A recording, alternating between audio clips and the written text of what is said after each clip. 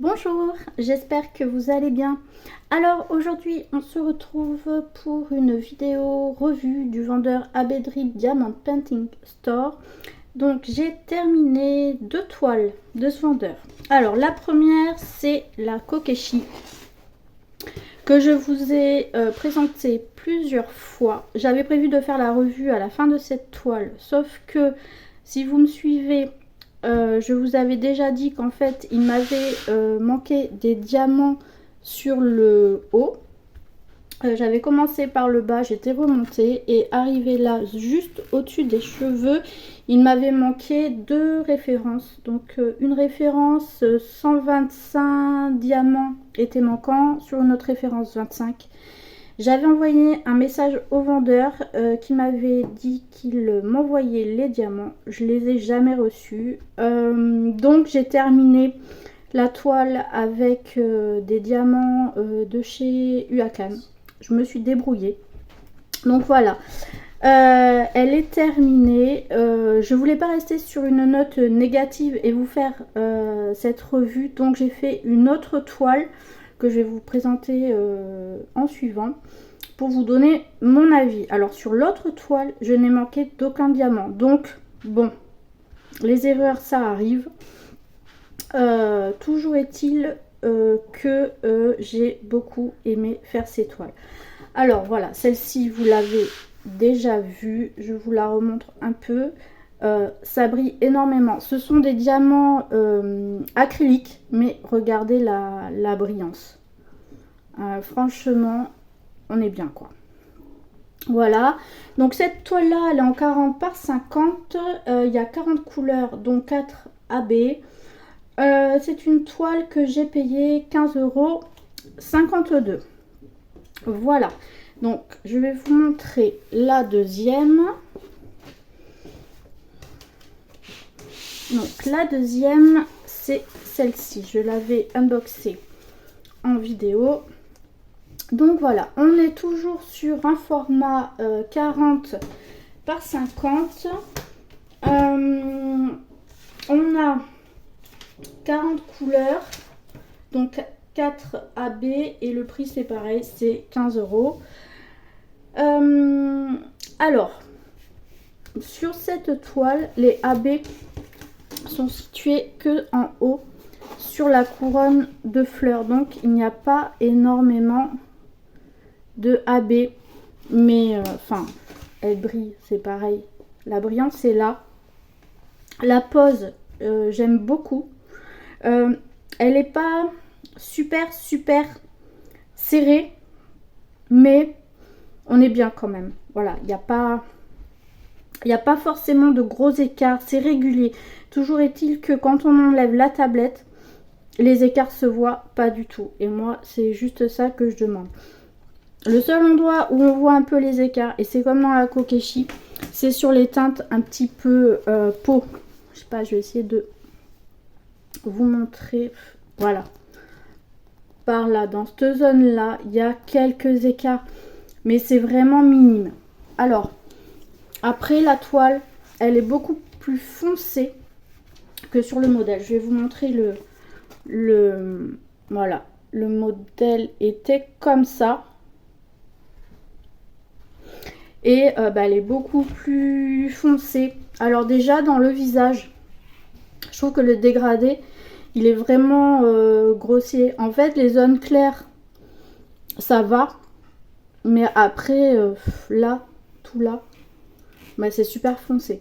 Après je trouve que ça rend bien, mais ça aurait pu être un petit, la transition aurait pu être un petit peu plus subtile. Voilà. Après, j'aime beaucoup l'œil avec le maquillage. J'aime beaucoup l'effet de mèche comme ça, avec les couleurs plus claires. J'ai fait un changement. Alors, je vais vous montrer. Toute cette partie-là du fond, c'était un vert clair comme ça. Je l'ai posé et j'aimais absolument pas le rendu. Ça tranchait trop, ça se fondait pas bien. Donc comme c'était en fait, c'était ça dans le fond, il y avait cette couleur, c'est du 3072, et cette couleur là, Je suis allée chercher je voulais mettre que du 30-72 partout.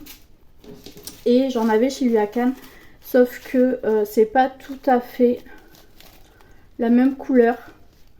Mais je trouvais plus jolie en fait cette jonction là que cette jonction là.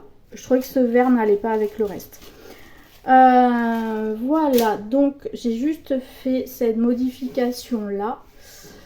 Alors ensuite pour ce vendeur, donc j'ai que des points positifs. Alors le seul point négatif que j'ai eu c'est sur la Kokeshi qu'il m'a manqué des diamants, mais bon, comme quoi c'est bien de garder les diamants restants parce que ça peut sauver une toile, hein. On n'est pas à l'abri d'un manque de diamants et puis que le vendeur ne les renvoie pas.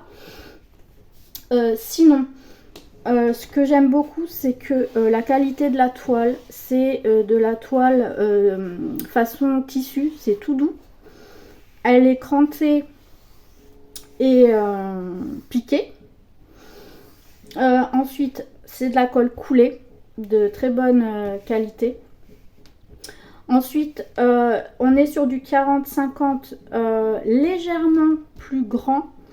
Moi j'aime parce que ces deux toiles là je vais les encadrer et du coup j'aurai pas d'espace vide à combler entre ma toile et mon cadre. Les symboles sont très faciles à lire et ça j'aime beaucoup. Je vais vous montrer.